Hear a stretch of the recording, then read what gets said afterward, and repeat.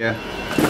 So you can actually see here where we're at the entrance to the cave, and it's pretty wide here, but then it gets down to a narrow point here. So this is actually the mouth of the cave, and this is the last time we'll have some natural lighting here, so everything else is going to be a little bit shakier, but you can definitely see this is a solid cave. Lots of hard rock here, lots of sedimentary rock. It's very nice, pretty safe. Lots of scratched up though, so it's only that part, but here we go. So we're at this point in the cave.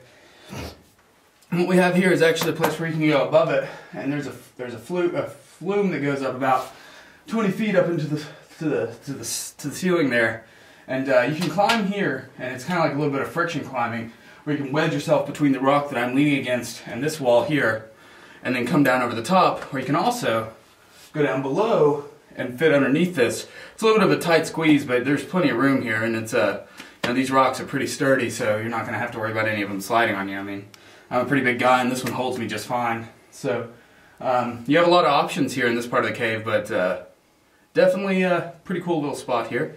This is one of the more difficult areas to navigate within this cave, so that's where we're at. Right. Okay, so we made it to one of the main rooms of the cave. And this cave actually has a pit that's right down here. It's about 25 feet down, 20-25 feet.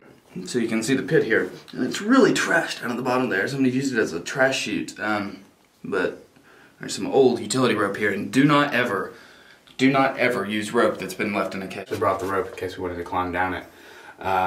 There's a lot of broken glass down in the bottom of it. It doesn't really go anywhere, so other than the sheer fact of wanting to do it, that's the only real reason to do it. What's sad with this and all this is all the graffiti written on all the walls here. And we can actually pan up here, you can see where we have some graffiti written on the walls. It's really, really sad that the people come in here and trash this like they did. But you can see it there, you can see Milwaukee's best.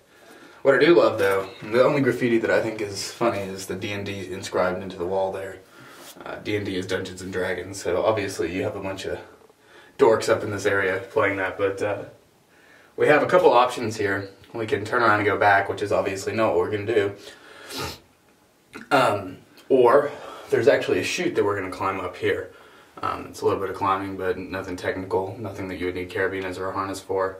I have my harness on just to attach my chalk bag to, just to give my hands a little more grip when I'm climbing up on things to show you guys. But there's a couple of little fingerling caves that go off of here, none of them go very far. There's one right back here actually, but this is a pretty cool little spot. Lots of room to sit back here and just kind of think and be underground, but we're in total darkness right now. If we turn off our lamps, I mean, it's total pitch black, but this is about halfway through the cave, so